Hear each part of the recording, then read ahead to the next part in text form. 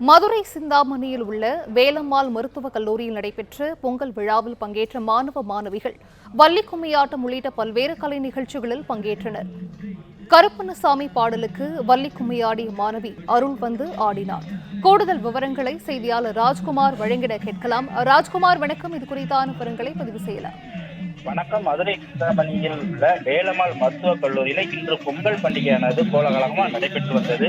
இதில் பல்வேறு கலை நிகழ்ச்சிகள் நடைபெற்ற நிலையில வள்ளி கும்மி ஆட்டத்தின் போது ஒரு மாணவி கருப்பண்ணசாமி பாட்டுக்கு அருள் வந்து ஆடியது பரபரப்பை ஏற்படுத்தி இருக்கிறது.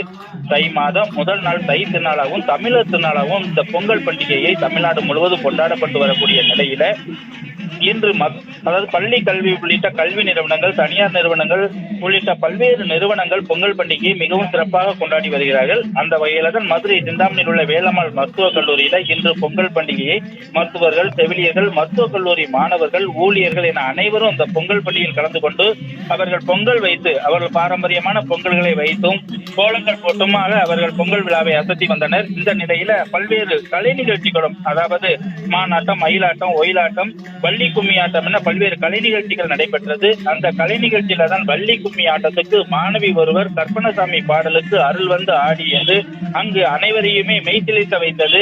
அது மட்டுமல்லாமல் அந்த கும்மி ஆட்டத்தில் ஆடியவர்கள் அனைவருமே கருப்பண்ணசாமி பாட்டுக்கு அந்த கும்மி ஆட்டத்தில் உள்ள சிலரும் கருப்பண்ணசாமி பாட்டுக்கு மெய்சிலிர்க்க ஆடியது அனைவரையும் மெய்சிலிர்க்க வைக்க விதமாக இருந்தது. ஆக தனியார் நிறுவனத்தில் இந்த கருப்பண்ணசாமிக்கு மாணவி அவர் மெய்சிலிர்க்க ஆடியதை பரபரப்பாக கல்லூரி மாணவிகள் அனைவருமாக மெய்சிலிர்க்க பார்க்க வைக்கப்பட்டதாக கருதப்படுகிறது.